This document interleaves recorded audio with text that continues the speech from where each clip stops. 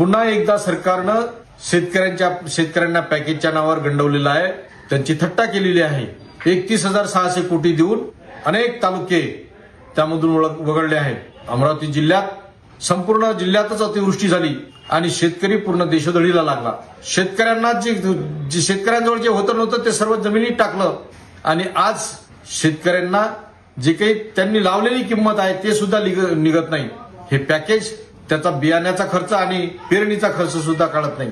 त्यातही अनेक तालुके यांनी वगळलेले आहेत। जिल्ह्यात फक्त 6 तालुक्यांना पॅकेज जाहीर केलेलं आहे।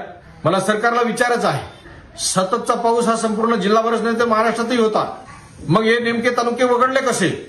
याला जबाबदार कोण आहे? याला जबाबदार जे काही शासन असेल, प्रशासन असेल, त्याबरोबरच आपले जे लोकप्रतिनिधी आहे सत्तेतले, त्यांचा सुद्धा नाकर्तेपणा, त्यांची सुद्धा उदासीनता किंवा त्यांचं सुद्धा वजन या सरकारमध्ये नसल्यामुळे हे काही तालुके वगळले गेले असं मला वाटते।